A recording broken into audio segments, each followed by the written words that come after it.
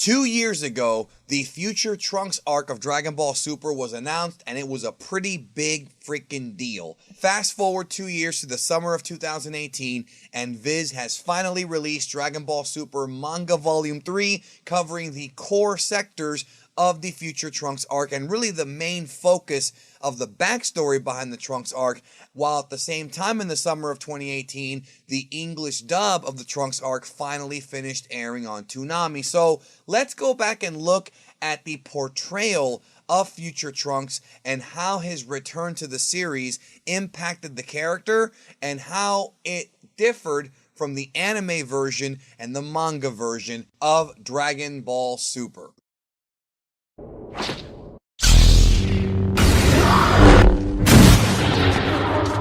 As I said, Dragon Ball Super Manga Volume 3 is now available in English from Viz Media. Don't forget to pick up your copy because it's crucial that you have it. Manga Volume 3 covers just a handful of chapters. The entire Trunks arc is volumes 2 through 5, chapters 14 to 26, but also the remaining volumes are on Viz's website, so don't forget to check those out. And, of course, in the anime, it was Dragon Ball Super episodes 47 to 67. So, how did they handle the return of future Trunks? Well, as I said in the intro to this video, future Trunks returning was a pretty big deal. The story made Forbes magazine. It was reported on all the major news outlets that cover anime, and even outlets that don't cover anime. Just overall geek culture and entertainment news was all over the return of Trunks and the concept of Goku Black, also known as an evil Goku. Even though it's not Goku turning evil, it's still an evil Goku. And if you were around 2 years ago, you remember how big of a deal this was. This was a huge thing, and really the Trunks arc helped elevate a whole crop of new YouTubers to getting a brand new following because of how big of a deal it was. You know, this is Trunks, a very popular character, and even though he had appeared in various video games, including being the centerpiece of Dragon Ball Xenoverse, him coming back to the anime was still seen as a grand return of a classic character from Dragon Ball Z. The one thing that both series did, anime and manga versions, is that they kind of did a great job in telling us what happened during the time after Trunks had left and defeated 1718 and Cell from the future, and when he would return in Super. One of the great unsolved mysteries in Dragon Ball that many Dragon Ball fans had debated over is what happened to Trunks after those events. Where was Babidi, Dabura, Majin Buu? What would be their story in the future? And both anime and manga certainly answered it, with the manga going even deeper than the anime did. The manga really put a lot of focus on this what appeared to be a big life or death battle involving the Supreme Kais and Trunks and Dabura and Babidi, whereas in the anime version it was more so like Trunks explained that he got a little bit of training from Supreme Kai and was able to defeat these guys. In the manga it seemed like an all-out war. Now, one thing the manga did is take this a step further, because in the manga we find out that future Trunks not only trained under the gods, but actually became, or at least learned, the abilities of a Kaioshin. For example, his ability to heal, which would become a power that would be used a little bit later on during the battle with Goku Black and Zamasu. Now, when it came to the anime version of the Trunks arc, essentially the way that the arc was structured is that we had our heroes go to the future and fight Goku Black and, of course, Zamasu at some point, then go back to the past to retreat, future, past, and kind of go back and forth. The manga was somewhat similar, except for the way that Trunks was sort of pushed, in the sense that he was implied to be a truly heroic character in both versions, but I feel like the anime version really gave Trunks a lot more screen time, whereas the manga,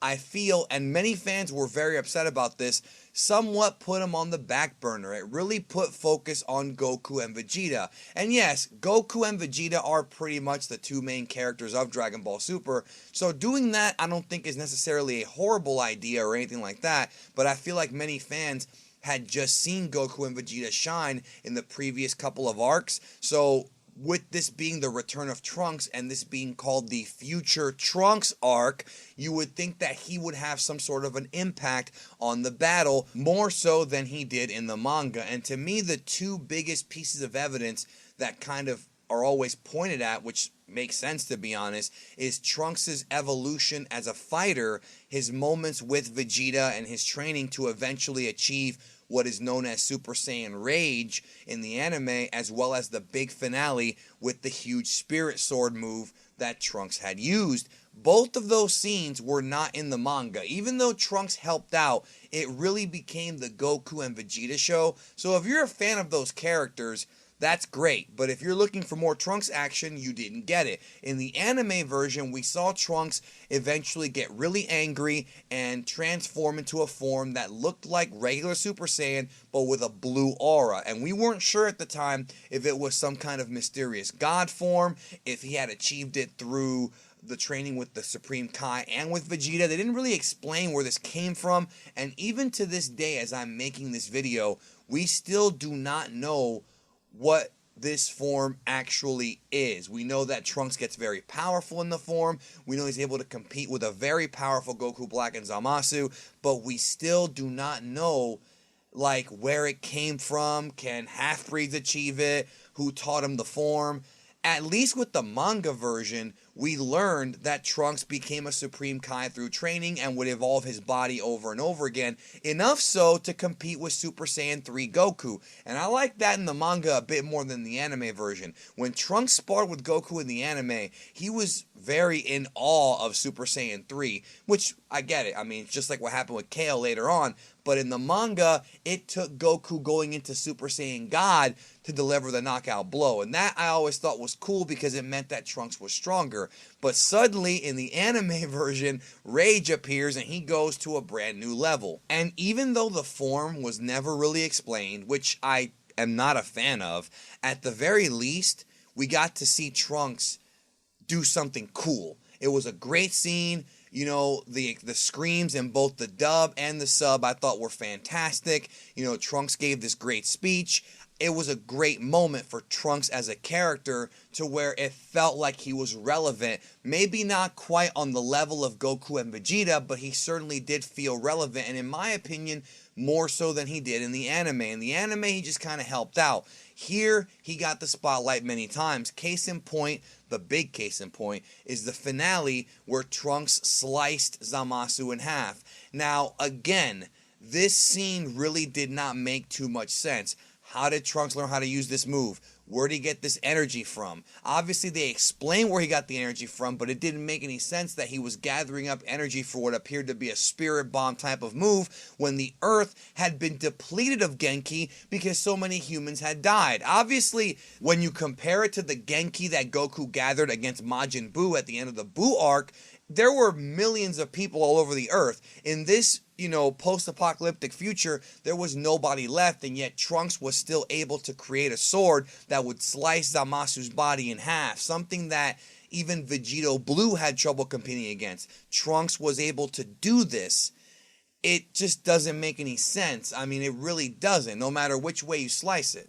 Get it? Slice it? Alright, that wasn't meant to be a pun, but it just turned out that way. Anyways, the moment of Trunks cutting Future Zamasu or Merge Zamasu in half I thought was really cool, but again, one of the problems was that it really didn't make any sense, and I feel like in the manga version, Toyotaro did his best to try to have things make more sense at the cost of giving Trunks these two great moments. So really it comes down to, in many ways, whether you prefer sizzle or steak. The anime version gave you tons and tons of sizzle and moments that, again, were a little weird, but they were cool nonetheless. Whereas the manga, I think Toyotaro, despite having a couple of plot holes, which I'm not going to get into here, you can check out my manga reviews that I've done. I'll leave a link to those at the end of this video. I've gone into every chapter pretty much that's come out. In the manga, there were a few logic holes, but it's still, I think Toyotaro tried to make more sense of it, but at the cost of really giving Trunks shine, which really, all he really had to do is explain Rage and give him Rage, and I think the fans would have been a bit happier with his portrayal in the manga, but we didn't even get that. So, Trunks the Supreme Kai, not really on the level of Goku and Vegeta in the manga. In the anime version, he almost got there and really showed a lot of great will during that fight, but ultimately it left us with more questions than answers. So let me know in the comments which version of the two arcs you like more, the anime version or the manga version, as far as the portrayal of Trunks. I'm not talking about Goku Black, Zamasu, Goku, Vegeta, Vegeto. I'm not talking about that. Let me know which version of future Trunks you like more from the Dragon Ball Super Trunks arc, anime or manga. I will leave a poll in the upper right hand corner for you to vote. Thanks for watching. I look forward to hearing your results and reading what you have to say.